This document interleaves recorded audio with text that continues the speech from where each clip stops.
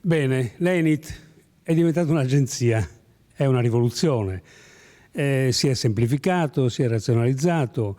L'ENIT avrà risorse ancora? L'ENIT ha in gestione il famoso portale italia.it, un portale che è costato moltissimo agli italiani, che non ha mai funzionato, che dovrebbe essere rilanciato e nel quale forse, prendendo lo spunto dalla sua considerazione un attimo fa, forse potrebbe anche agire da booking, potrebbe anche pensare non solo a promuovere il bel paese, ma anche a vendere l'ospitalità del bel paese. Qual è la sua idea al proposito?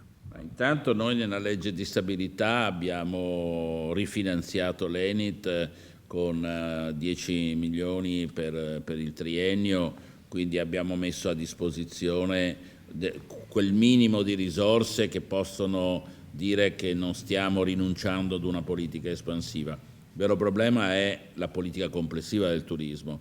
Nella legge di stabilità, oltre a quello che abbiamo detto, ci sono interventi per il Ministero dei Beni Culturali per la valorizzazione del patrimonio. Noi sappiamo quanto è importante la presenza del patrimonio artistico italiano nel complesso dell'offerta turistica e quindi anche questa è una strada. Quello di cui stiamo ragionando, prima parlavamo della tassa di soggiorno, adesso parliamo dell'ENIT, poi abbiamo parlato dell'online, è tutto un insieme, un tassello di un unico mosaico. Allora il governo e gli albergatori insieme devono avere una politica condivisa, cioè il turismo è decisivo per lo sviluppo del paese, più del 10% del PIL.